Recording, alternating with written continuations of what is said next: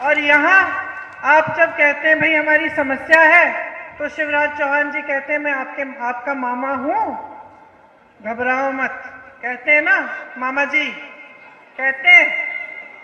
आप कहते हैं भाई खड़ी खेती तबाह हो रही है, वो कहते हैं कि मैं मामा हूं, घबराओ मत, मामा जी हूं। किसान को यूरिया नहीं मिल रही है, आप कहते हैं कि हम मामा हैं, है ना। लाखों युवाओं की उम्र बीत रही है, भर्ती की परीक्षा पे परीक्षा दे रहे हैं, कोई रोजगार नहीं मिल रहा।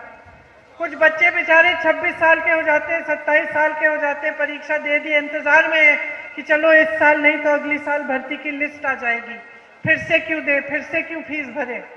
नहीं आती रोजगार की लिस्ट। भर्ती घोटालों से जिंदगी बर्बाद हो गई है उनकी। जवाब आपको क्या मिलता है? मामा है हम आपके। महिलाओं के साथ अत्याचार होता है। हर रोज मध्य प्रदेश में 17 महिलाओं का बलात्कार हो रहा है। सुरक्षा नहीं है। लाडली है लेकिन सुरक्षा नहीं है। कम से कम सुरक्षा तो दे देते मामा जी, वो भी नहीं दी। आदिवासियों के साथ कितना अत्याचार हो रहा है, आपने वीडियो देखे हैं, आप ही के प्रदेश में जारी हुई ऐसी हरकतें जिनका जिक्र करना भी ऐसे शर्म आती है जिक्र करते हुए उनकी। कल ही मैं कहीं गई थी, वहां एक लड़की मिली, उसका पूरा परिवार खत्म कर दिया बेवजह, बेचारी अकेली रह गई है। अत्याचार पर अत्याचार हो रहा है, आप कहते हैं हम मामा हैं। घोटाले पे घोटाला हो रहा है, जहां देखो घोटाला। यहाँ का मध्य प्रदेश का हर नौजवान जानता है कि रिश्वतखोरी से चल रही है सरकार। कहां सबसे छोटे से छोटे काम के लिए जाओ, भाई घूस निकालो। मुख्यमंत्री जी कहते हैं हम मामा हैं, तो बिल्कुल सही कहा आपने कि रिश्ता निभाने से बनता है, वरना कंस भी मामा थे।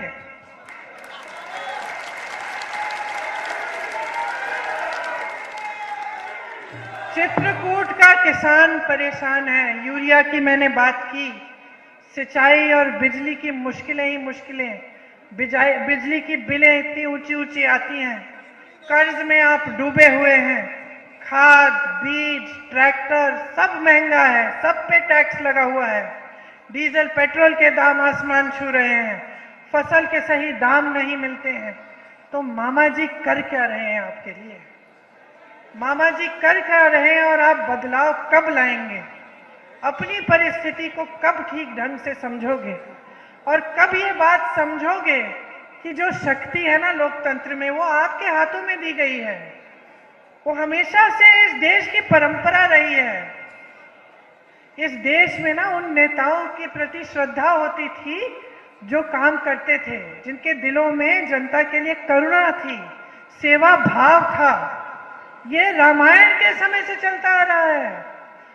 जब भगवान राम का वनवास हुआ तो जनता क्यों नहीं भूल गई उनको? क्यों नहीं भूली? जनता कह सकती थी कि चलो वनवास में चले गए हैं, अभी जो राजा है उन्हीं को पूजने लगते हैं, लेकिन नहीं किया ना ऐसे जनता ने। क्यों? क्योंकि हमारी पुरानी परंपरा है। भगवान राम में जो लक्षण थे, भगवान राम में जो उनका चरित्र था, जो उनमें सच्चाई थी, जो उनके दिल में भावना थी, अपने लोगों प्रजा के प्रति प्रेम से, करुणा से भरी आंखों से देखते थे, उनके लिए लड़ते थे, उसी भावना के प्रति थी ना श्रद्धा। तभी जब भगवान राम वापस आए वनवास से तो जनता गदगद थी, खुशियां मनाई गई। और आप सोचो ऐसी खुशियां जो आज भी हम मना रहे हैं, 2 दिन में हम वही खुशी मनाने जा रहे हैं कि